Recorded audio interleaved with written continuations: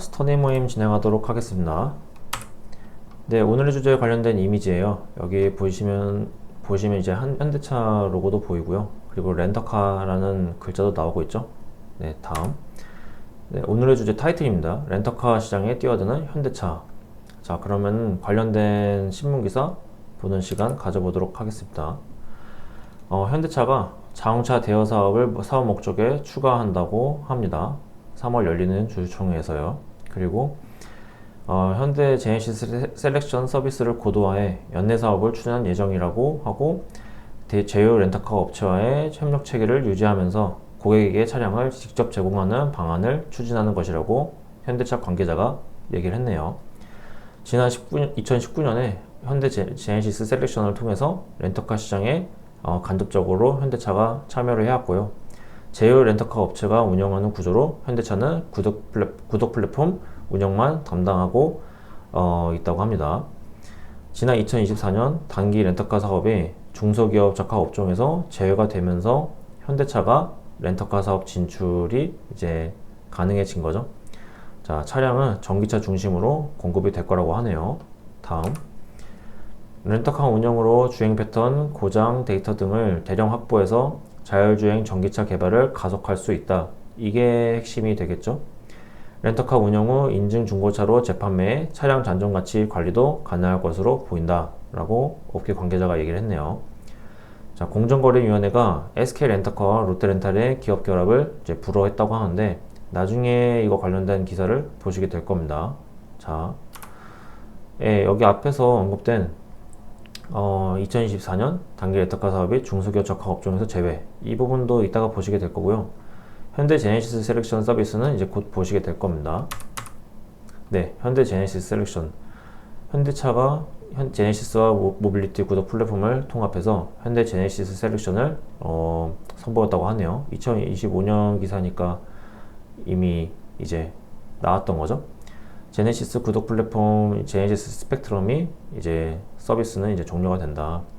현대차 구독 플랫폼 이제 기존 현대 셀렉션이라고 불리는데, 이제 이 플랫폼이 이제 고객이 모바일 앱에서 현대차의 다양한 차량을 일 또는 월 단위로 원하는 만큼 대여할 수 있는 차량 구독 서비스라고 설명이 나오고 있네요. 운영 차종과 지역 구독 방식, 일 또는 월 등 서비스 제공 범위를 순차적으로 확대할 계획이다 라고 합니다. 자, 다음. 이 기사는 이제 앞에 언급된 현대 셀렉션, 현대차 구독 플랫폼 관련해서 제가 가져온 기사입니다. 현대 셀렉션을 이제 출시를 할 거다 라고 이제 밝혔다고 하고요. 그리고 월 이용 요금 72만원에 소나타와 투싼 벨로스터 가운데 월 최대 3개 차종을 바꿔 탈 수 있는 프로그램으로 10개월 동안 서비스가 이루어졌네요. 스마트폰 앱을 통해서 이제 계약과 결제, 차량 교체, 반납 등의 절차를 진행할 수 있고, 차량 배송과 회수는 서울 지역으로 이제 제한이 된다고 이제 나왔던 거죠. 차량 인도와 교체는 고객이 원하는 시간과 장소에 맞춰 배송 전문 매니저가 방문해서 차량을 전달한다. 차량 전문가가 점검한 차량을 제공해서 정비나 소모품 관리에 신경 쓸 필요가 없는 서비스다 라고 설명이 나오고 있어요. 자, 다음. 2019년 기사니까 이제 과거에 이런 서비스가 나왔다는 거죠. 보험료와 자동차세 등 차량 관련 비용을 월 1회 결제로 처리하는 방식으로 차량 관리나 각종 부대 비용 발생 때마다 납부해야 하는 번거로움이 상당히 줄어들었다. 그리고 현대자동차와 현대캐피탈, 중소 렌터카 회사의 3자 간 제휴를 통해서 제공되는 프로그램이라고 또 설명이 이렇게 나와 있네요. 렌터카 회사는 고객에게 차량을 임대하고, 현대캐피탈의 차량 공유 서비스 플랫폼 딜카는 서비스 운영을 담당하며, 현대자동차는 프로그램 개발과 운영을 맡는다. 이런 구조로 이제 운영이 된다는 거죠. 현대차 고급 브랜드 제네시스도 지난달 월 149만원에 3개 모델을 이용할 수 있는 제네시스 스펙트럼을 출시한 바가 있다 라고 하는데, 제네시스 스펙트럼 관련해서 기사를 또 보게 되실 겁니다. 자, 다음. 네, 이 기사는 이제 18년도 기사예요. 네, 제네시스는 이제 현대캐피탈 딜카와 중소 렌터카 회사들과 손을 잡고 월 구독형 프로그램 제네시스 스펙트럼을 13일 출시를 했다라는 거죠. 매월 149만원의 구독료를 내면 G70, G80, G80 스포츠 3개 모델 중에서 매월 최대 2회씩 바꿔 탈 수 있는 프로그램이다 라고 또 설명이 나오고 있어요. 월 구독료에는 각종 세금과 보험료, 기본 정비료가 포함이 돼 있어 추가로 별도의 비용이 들지 않는다고 하네요. 자, 다음. 중도에 해지하더라도 별도의 수수료가 없고 장기 렌트와 리스 상품과 달리 운행거리 제한도 없다고 합니다. 모든 서비스가 모바일 어플리케이션에서 가능하고요. 고객이 원하는 시간과 장소로 전담 배송기사가 직접 찾아가 차량을 회수 및 배달해 준다고 하는데, 아까 이제 현대셀렉션 관련해서 봤었던 서비스죠. 차량 배송 및 회수 서비스는 서울 지역만 가능하다. 어쨌든 현대차는 2018년도에 이런 서비스를 제공하기 시작했다라는 거죠. 자, 다음. 이 기사는 아까 이제 자동차 단기 대여 서비스업이 이제 지정이 이제 해제가 되었다 관련해서 제가 가져온 기사입니다. 1년 미만의 자동차 단기 대여 서비스업이 2018년에 중소기업 적화 업종에 지정이 됐고 이제 해제가 된 거죠. 자동차 단기 대여 시장에 대기업은 신규 진입을 자제하고 이미 진출했다면 사업 확장을 삼가는 것이 이제 주요 내용이라고 나오고 있네요. 렌터카 사업에 들어가는 비용의 거의 70%가 차량 비용인데 차량을 제조하는 기업이 직접 들어오면 불공정 논란이 불거질 수 있을 것이다. 중소기업 적화 업종 권고가 만료되더라도 진출 가능한 범위를 규정하는 등의 제도가 필요하다라고 이 사업자가 얘기를 했네요. 데이터 분석 업체 리서치 네스터에 따르면 자동차 리스 시장 규모는 앞으로 2036년 말까지 매년 6.7%, 자동차 렌털 시장 규모는 연간 약 9.7% 각각 성장을 할 것이라고 예상을 한다고 합니다. 자, 다음. 단기 렌터카 사업은 중소기업들의 분야로, 장기 렌터카 사업은 롯데렌탈과 SK렌터카 등 대기업들의 분야로 나뉘어져 있었다.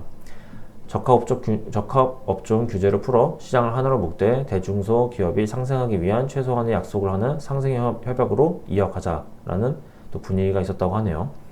서지훈 교수에 따르면 대기업이 단가를 지나치게 낮추지 못하게 제한을 하거나 명세 가맹점에 카드 수수료 우대, 시장 전체의 일정 점유율 이상 구성 불가 등 내용으로 상생 협약을 체결하는 게 가장 이상적일 것이다 라는 얘기를 했습니다. 다음. 이 기사는 이제 앞에 이 중소기업 적화 업종에 지정이 되었다. 단기 대여 서비스업이 이 관련해서 제가 가져온 기사입니다. 1년 미만 자동차 단기 대여 렌터카 서비스업이 중소기업 적화 업종으로 지정이 되었다. 2018년도 기사죠. 적용기간은 2019년 1월 1일부터 2021년 12월 30일까지 3년이다. 그래서 지금 해제가 된 거죠. 그래서 현대차가 이 사업에 참여할 수 있게 된 거고요.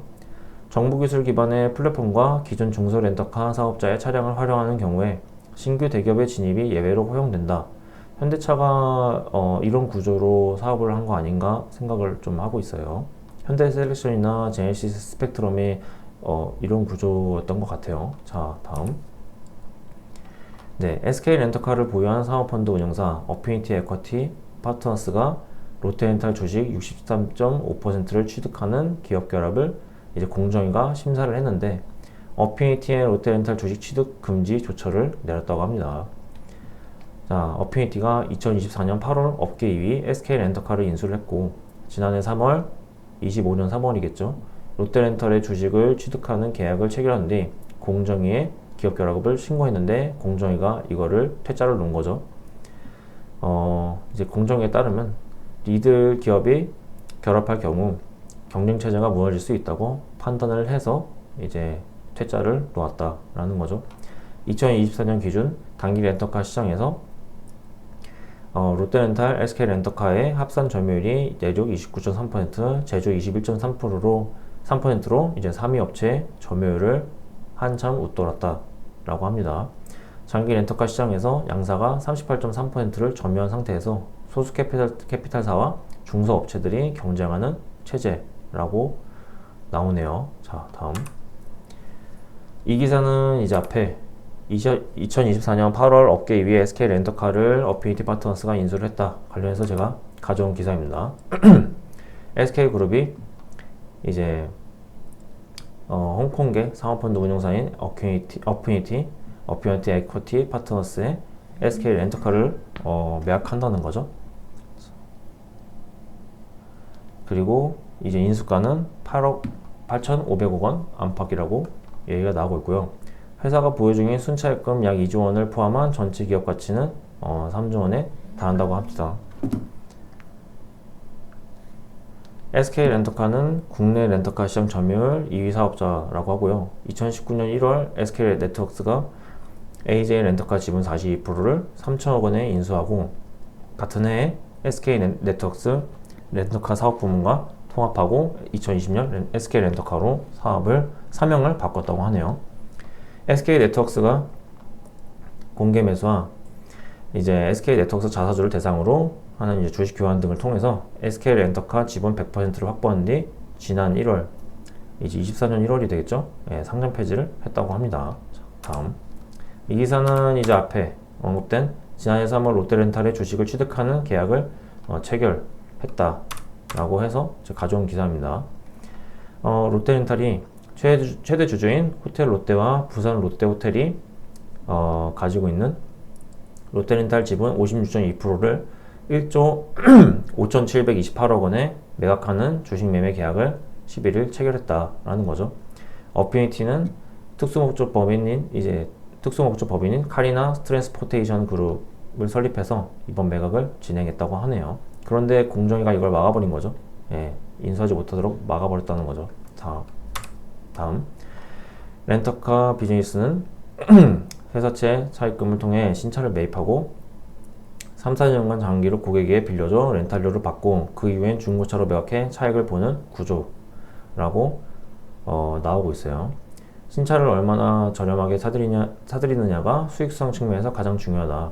롯데렌탈은 대기업 계열사였고 신용도가 높아 이 점에서 유리하다라고 하네요. 롯데렌탈 지난해 매출 비중을 보면 차량 렌탈 63.6%, 중고차 판매 27.3%, 비즈 렌탈 9.1% 순이라고 합니다. 차량 렌탈이 압도적으로 높은 거죠. 금리 인하 국면도 렌터카 비즈니스 수익성 개선에 도움이 된다고 하네요. 자, 다음 어피니티는 이제 공정위가 롯데렌탈 인수를 막으니까 어피니티가 SK 렌터카를 매각하겠다고 이제 방향을 바꾼 거죠. 예, SK 렌터카 매각하고 롯데렌탈 인수하겠다라고 합니다. 이제 8,200억 원의 SK 렌터카 지분 100%를 인수했다는 내용은 우리가 앞에서 살펴봤고요. 또 지난해 이제 호텔 롯데 등이 보유한 롯데렌탈 지분 56.17%를 1조 5,730억 원에 인수하는 계약을 맺었다. 이것도 앞에서 봤던 내용이죠. 자, 그리고 이제 공정위가 결국에 기업 결합을 불허를 했어요. 렌터카 시장 점유율 이제 지난해 3분기 말 렌터카 수 기준으로 롯데렌탈이 이제 20.2%, SK 렌터카가 15.2%라고 나오고 있습니다. 매출과 영업이익 규모는 롯데렌탈이 SK 렌터카보다 2배 가까이 크다고 하네요. 장단기 렌터카 시장에서 모두 롯데렌탈이 앞서고 롯데렌탈은 차량 리스와 할부금융 사업도 하고 있다는 게 SK 렌터카와의 차별점이다 라고 이제 업계 관계자가 얘기를 하고 있습니다. 다음 이제 이 표는 앞에서 언급된 이제 롯데 렌터카 시장 점유율과 매출과 영업이익 규모 관련해서 나온 표입니다. 롯데렌탈이 이제 점유율도 높고 그리고 이렇게 매출과 영업이익 실적도 SK 렌터카보다 더 좋다는 것을 알 수가 있죠. 다음 자동차 렌탈과 중고차 매매만 하는 SK 렌터카와 달리 롯데렌탈은 기업의 통신 장비와 건설 장비, 중소형 가전을 빌려주는 비즈니스 렌털 사업도 함께 하고 있다 라고 합니다. 어피니티가 소모성 자재 구매 대행 업체 서브원을 인수를 했는데 이 서브원과 롯데렌탈이 비즈니스 렌털 사업의 시너지를 기대하고 있다고 하네요. 이제 롯데 측에서는 어피니티에게 이제 롯데렌탈이 인수되는 것을 선호한다 라고 하는데 그 이유가 다시 매각 작업을 추진하면 1년 안팎의 시간이 추가로 허비가 되고 더 좋은 조건을 제시할 인수 후보를 찾을 수 있는 보장이 없다라는 것 때문에 이제 어피니티를 선호한다라는 거죠. 현대차는 이제 아까 보셨다시피 신규 사업 목적으로 자동차 대여 사업을 추가하는 이제 방안을 추진하고 있다고 하고요. 렌터카 업체 인수를 이제 꾸준히 검토해 왔다고 하는데 롯데렌탈이 현대차에 넘어갈 수도 있지 않을까 생각도 해볼 수 있겠네요. 자, 다음 이번 이제 렌터카 시장 관련해서 현대차가 이제 정관을 변경할 거다라는 기사를 우리가 같이 한번 살펴봤는데 어떻게 될 건지 이제 곧 나오게 되겠죠, 결과가. 자, 그러면 이제 오늘 주제 여기서 마치도록 하고요.